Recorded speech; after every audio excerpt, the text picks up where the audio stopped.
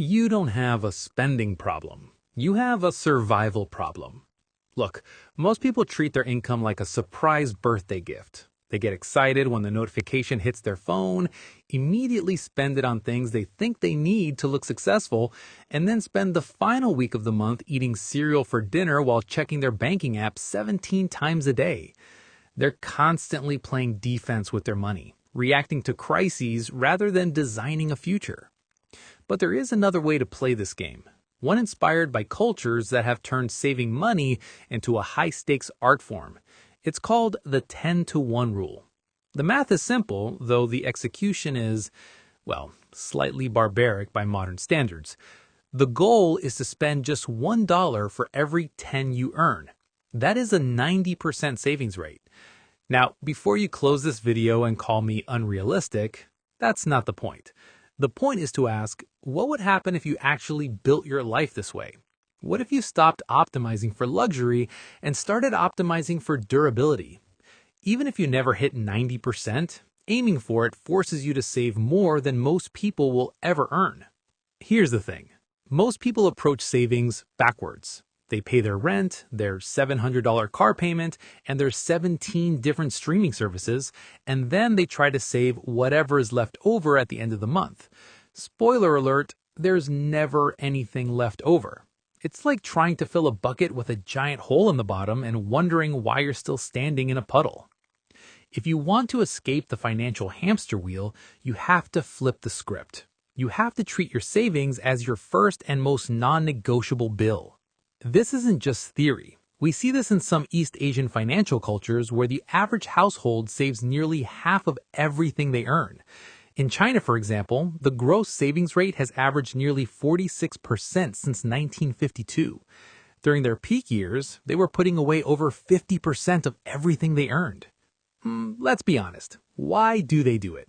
It isn't because they hate fun, it's because they understand that when the government isn't going to take care of you in retirement or pay for your health care, saving money stops being optional. It becomes a matter of survival. This awareness creates a sense of urgency that is hard to replicate in a culture that assumes a social safety net will always be there to catch us. Most of us are financial sleepwalkers. We buy things not because we need them, but because marketing has successfully convinced us that a $90,000 luxury truck is a prerequisite for masculinity. We're cosplaying as blue-collar ranch owners while commuting to a climate-controlled IT office where the heaviest thing we lift is a laptop. The bed of that truck carries exactly 3 items a year: a bag of mulch, a bicycle, and a case of water. Meanwhile, that Pavement Princess is costing you over $1,700 a month when you factor in the fuel, the 84-month loan interest, and those massive all-terrain tires you exclusively drive on asphalt.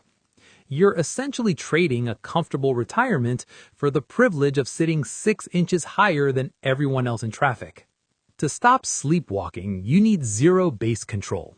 This means taking your entire income and assigning every single dollar a job before the month even begins.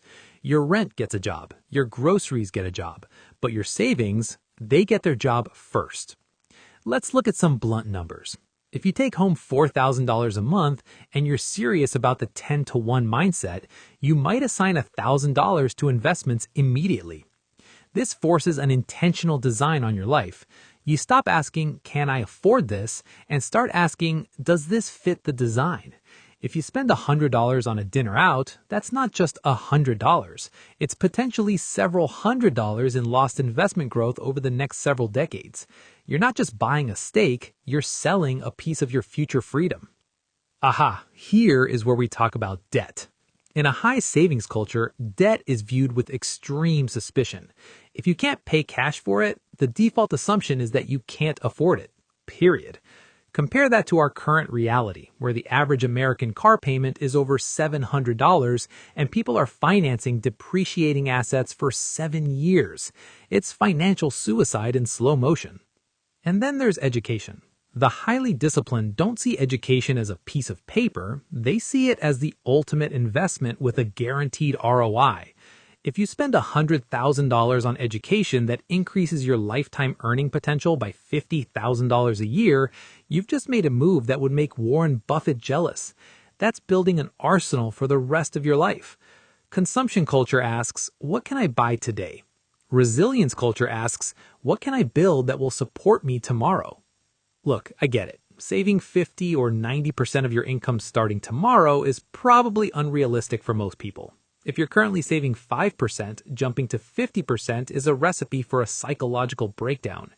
Most people overestimate what they can do in a year, but underestimate what they can do in 10. But you can build a ladder. Start with 10%. Automate it so you never even see it in your checking account. Once you stop missing that 10%, move to 20%, then 30%. This is about gradual compression. You're slowly shrinking your lifestyle while expanding your financial durability. Let's do some math.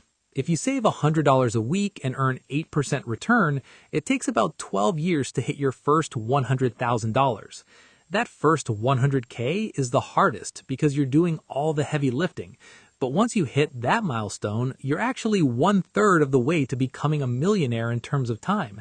It took 12 years to reach 100K. But only 6 more to double it to 200K.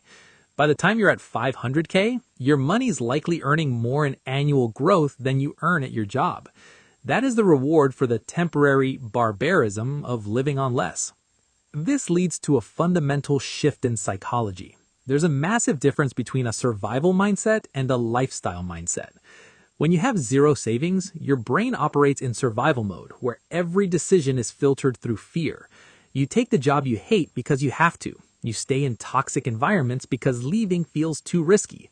But once you hit a certain threshold, say $20,000, you've bought yourself walking away money.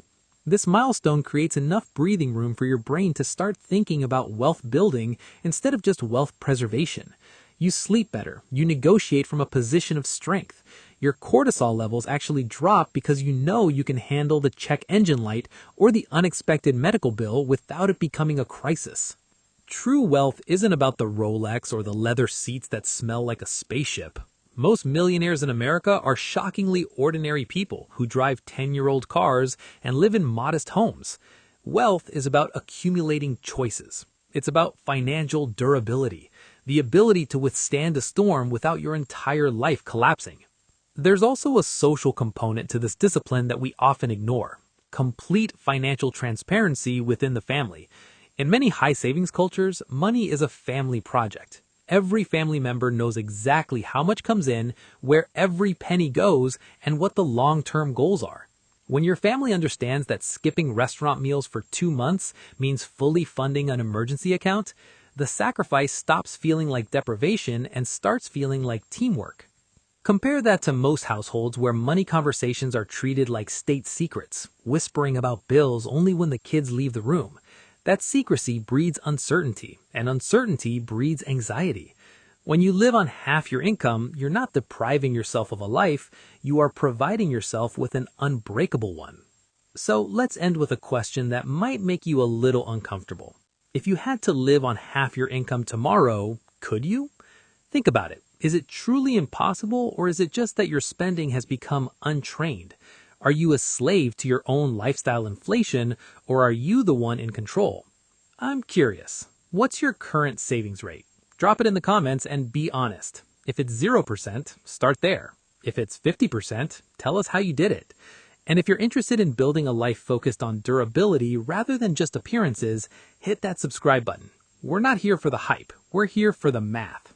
Your future self is either going to thank you or wonder what could have been. Start today.